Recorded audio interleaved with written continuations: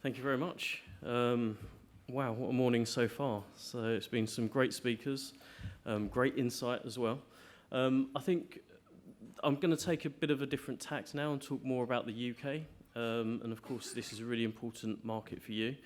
For those of you who aren't familiar with retail economics, we're an independent economics consultancy focused specifically on consumer and retail.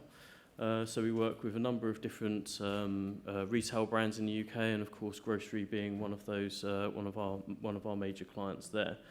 But the purpose of me today is to talk about the structural changes that we've seen in the UK grocery market over the last few years. And I don't think it's any exaggeration to say that we're going through a period of unprecedented change in the UK market.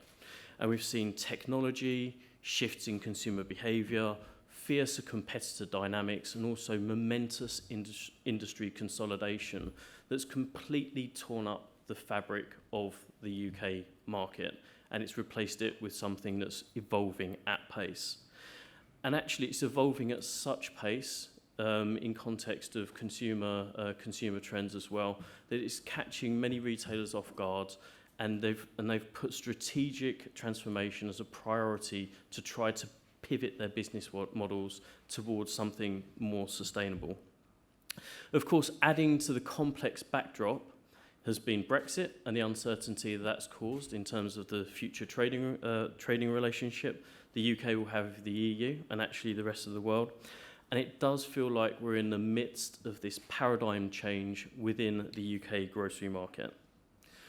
But just initially, I just wanted to put some of that in context. And actually, over the last decade or so, we've been through, I would say, two particular phases within UK grocery. We went through an aggressive expansion of space and stores within the UK. And actually, the market share for the big four retailers, big four grocers in the UK, rose from about 2/3 in 2000 to about 3/4 in 2011. And during this period, it was a race for space. And you can see here the growth of store numbers running through over that time period. And actually, from 2005 to 2012, there was a 60% increase in the number of food stores in the UK.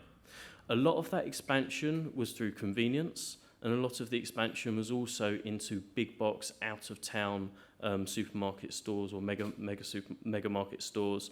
And essentially that was also to service the non-food proposition as retailers shifted towards services and expanding their proposition within general merchandise as well. But at the same time, we've had this digital transformation, and online penetration has grown in the UK.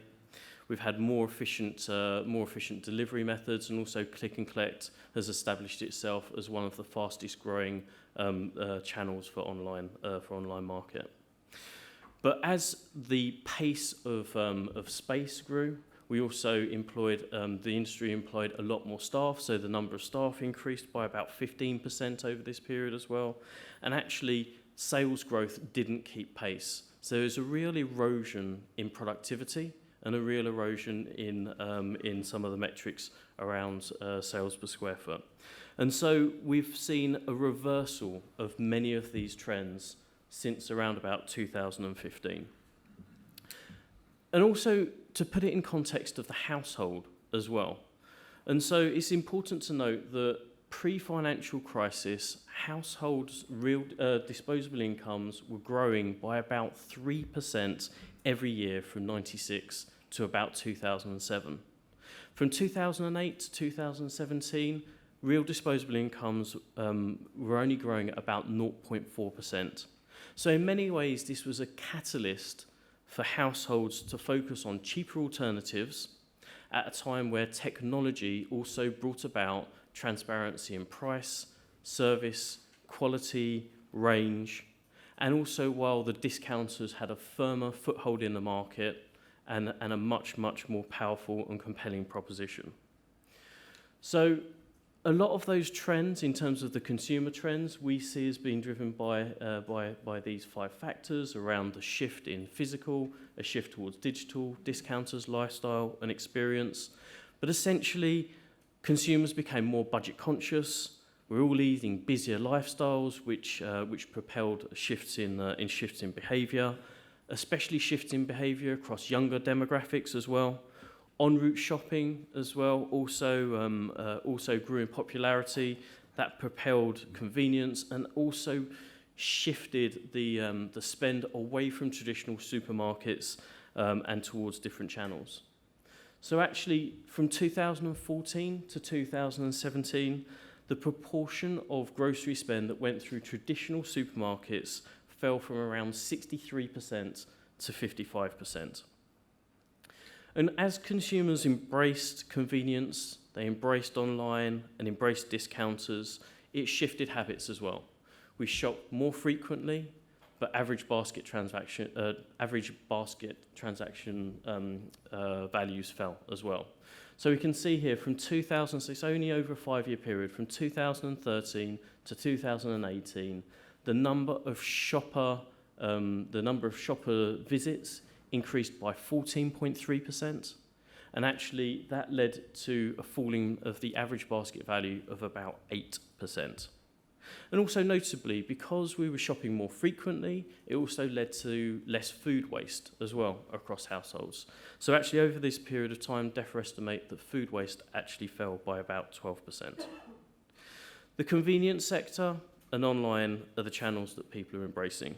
And actually the convenience sector is valued in the UK at about £40 billion today. It's grown by 10% over the last 4 years, and that's outpaced growth of the overall industry that rose by about 7%. A second shift is also the shift towards digital as well. And so households are increasingly embracing digital to order bulky items and staple items, and then topping up those items with convenience shopping as well. The industry, though, for online is now worth about £10 billion. It's growing by it has grown by about 12% every year since 2010, and now online accounts for about 7% of total grocery sales. But it's not just the traditional grocery market that digital has had an impact on, it's also had a big impact on the takeaway market as well. So we've seen the likes of Deliveroo, Uber Eats, Just Eat that have grown aggressively over this time, and that's eating into market share of traditional grocers. So the takeaway market, as an example, is worth about £10 billion as well. So similar to the same size as the online market for grocery. It's risen by about 34% since 2009. So it's growing at almost twice the rate as the food sector. And of course, discounters have had a significant impact on the market, and consumers have prioritised value over range as their incomes have come under pressure. And so the big four, in terms of their market share, peaked at about 77% in 2011. It's now currently at about 68%.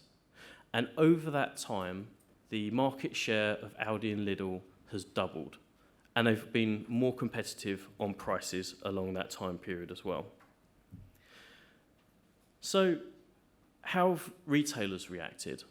And essentially, they have really focused on 4 key areas around stripping cost out of the business, new partnerships, accelerating convenience and their e-commerce proposition, and also having a differentiated proposition from their competitors as well. But essentially, this rapid expansion within the physical presence of supermarkets, where we've had this simultaneous shift in consumer preferences, has led to this detachment between their business models and essentially what consumers are asking for. So put really simply, many supermarkets in the UK have too much space, unsuitable space, and they're being impacted by new market entrants of the discounters, or at least their aggressive growth. They're refocusing strategies to improve their competitiveness, really try to drive productivity, and also look for alternative routes to market as well to try to have more sustainable growth. And also the lines between wholesale and retail have become increasingly blurred. But essentially, they're really focusing on cost. They're looking at reducing space, having better use of space, forming partnerships, simplifying product ranges, simplifying their business model, and also reducing staff from head office. And so, in terms of the space across the big four supermarkets in the UK, although the number of stores has been pretty static at the moment, the size of stores between the size of stores over the up until about 2006 and the decade preceding that has fallen by about 15%. So it suggests that retailers are downsizing fast. We estimate that from 2007 to 2014, the overall grocery space across the big four was rising by about 5.4% every year. Since 2015, it's falling by about 1.5%. And competition within the convenience sector has really intensified as well. So you can see from this graph the number of stores within convenience, and essentially it's remained pretty static between 2013 and 2018, but all of the growth has come from the multiples. And so actually the number of convenience stores through multiples has increased by 32% over that time. There's also been a sharp focus on product. And so retailers are rationalising the number of SKUs, they're cutting back on the number of lines that they have, and they're focusing on private label and own brand. Tesco is a good example of this, where they've got their project reset, where they've reduced the number of suppliers that they work with, but they're focusing on building longer-term partnerships with those suppliers. Tesco's have reduced the number of SKUs by about a third in the last 3 years. And essentially, that's the kind of directional trend of the industry in the UK. They've also announced that they're about a quarter of the way through launching 10,000 new own brand products. And there's going to be a focus on premium brands, where margins are typically higher, but simultaneously focusing on value ranges as well to try to combat the discounters. But they're looking to rebuild margins, and now that shift, the weighted proportion of own brand labels is now about 50% in the UK. And if you look at some of the latest data from Kantar, they compare the growth of own brand compared to branded products, and since May 2015, right throughout to the end of 2018, own brand products had consistently outpaced the growth of branded products. Stripping out cost again through labour, and so what this shows is the growth of labour over the last decade or so. And you can see as the business became more complex, they expanded their range within general merchandise. The number of people and the number of stores, the number of people in the retail sector, in grocery retail, increased. But you can see over the last few years, there has been that reversal. But all of this has been set against a backdrop of Brexit over the last couple of years. And actually, from a consumer point of view, consumers are worried in the UK. And we ask a really simple question. Every quarter, we ask this question. And essentially, we ask, what are you most worried about at the moment? And as you can see here, there's almost 50% of consumers say that Brexit is their biggest concern. And actually, that's been growing from about a third 2 years ago up to about 50% in our latest data. They're also worried about lack of savings and repayments of debt as well. And when you ask consumers what they're actually worried about in terms of Brexit, about 50% of them are worried about rising prices. That's their primary concern. They should be worried. We import about £48 billion worth of food into the UK currently. About 34 billion of that comes from the EU, and about 9% of what's produced in the EU comes from Ireland. And we did a really extensive piece of work looking at what the grocery industry would look like in terms of a WTO framework. And essentially, if we went to a WTO framework, in terms of the weighted tariff cost for importing food produce from the EU, weighted tariffs came out at about 27%. So we looked at all of the different tariff codes, we looked at volumes and volumes of imports from the EU, and essentially the additional cost to UK retailers and suppliers, it would add about £9.3 billion to the cost of sourcing goods from the EU alone. This would have, obviously, a significant impact on inflation. The Bank of England have done some really interesting work modelling the impact of what a disorderly Brexit might be in terms to the impact of the economy. And so essentially what they suggest is that inflation could rise as high as 6.5%, and also unemployment, there would be a hit to the economy, and unemployment could also rise as high as 7.5%. And of course, the government is acutely aware of these challenges, and so they've looked at a range of measures to try to mitigate against some of these costs. They've indicated, as you would all know, they've indicated that they will introduce a temporary reduction in tariffs that would cover about 80% of what we import from the EU, because all of those tariffs essentially will fall to zero. But some tariff costs will still remain across food as well. So we looked at the new tariff rate schedule if there's an event of a no deal on the 31st of October. If there's an event of a no deal, the tariffs that would remain, what kind of impact would that have on the grocery industry heading post a Brexit of the 31st of October? And that 9.3 billion would fall to about £1 billion. So it's still a significant sum of money, but obviously it's considerably less than if we continue to trade on the WTO framework. Food is one of the areas, though, where tariffs will remain. And I've just pulled out a couple of examples here, looking at fresh beef quarters and butter and cheddar cheese. And essentially, under an MFN WTO framework, using fresh beef quarters as an example, we'd see tariff costs of 12.8%. That's currently what, for example, Argentinian beef producers exporting into the UK, they currently face those tariffs. The new temporary tariff would go to about 6.8% and 93 euros per tonne instead of 176 euros per tonne. But essentially, the overall picture here is, from a UK perspective, as a UK retailer, the tariff cost faced from Argentinian beef would fall dramatically, but of course anything imported from the EU would increase dramatically too.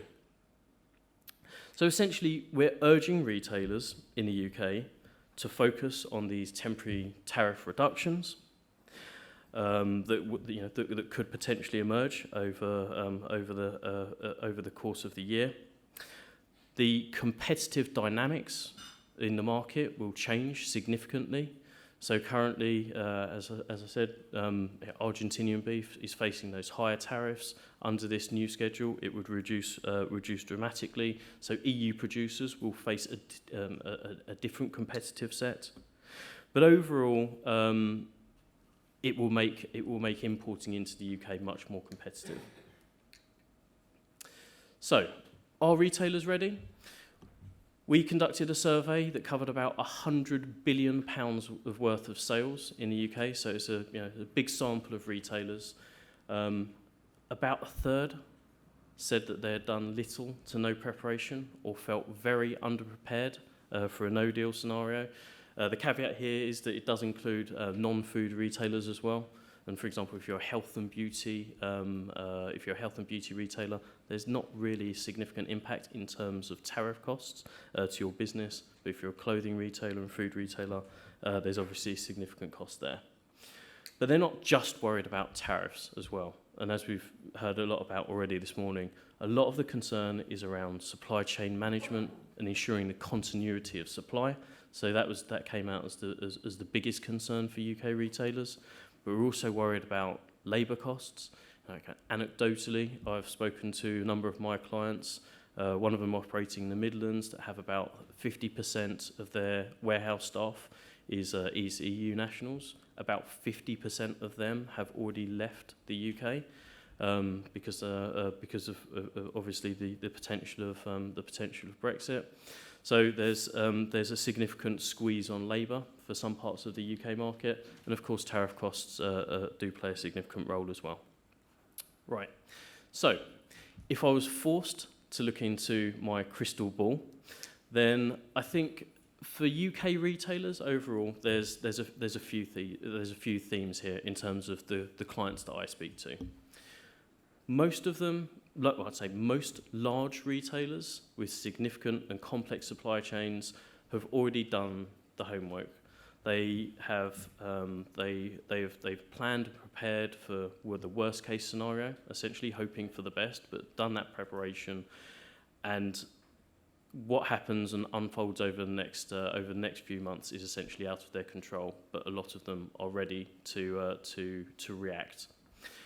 But the shift has been towards, and what's arguably of a greater risk to their business is around some of the seismic structural changes that I've spoken about already. So there will be fewer stores in the UK, and we're looking at repurposing that space because we just don't need as much grocery space at the moment. We're driving efficiency through simpler business models. We're looking at to scale partnerships with other retailers as well. So Sainsbury's acquired Argos quite recently, and their Argos over the last about 4 years ago, but Argos now are in Sainsbury's stores, so there's this store-in-store concept. But there's also other retailers that are also looking to do that kind of arrangement to have something a bit more sustainable. We have fewer workers as well. Retailers are operating in a really fierce operating cost environment. Costs are being driven higher by national living wage, national minimum wage, the apprenticeship levy. Business rates is a significant issue. So essentially costs are under pressure, and there's a pressure to streamline businesses and have fewer workers. But also around driving online and convenience, or driving the online channel and convenience as well, and Uber Eats and Deliveroo and Just Eat that are becoming a serious competitor in that field and taking away market share. You can see some kind of collaboration in that space as well. But essentially, this is about pivoting business models to make it more sustainable for the future. Okay, thank you very much.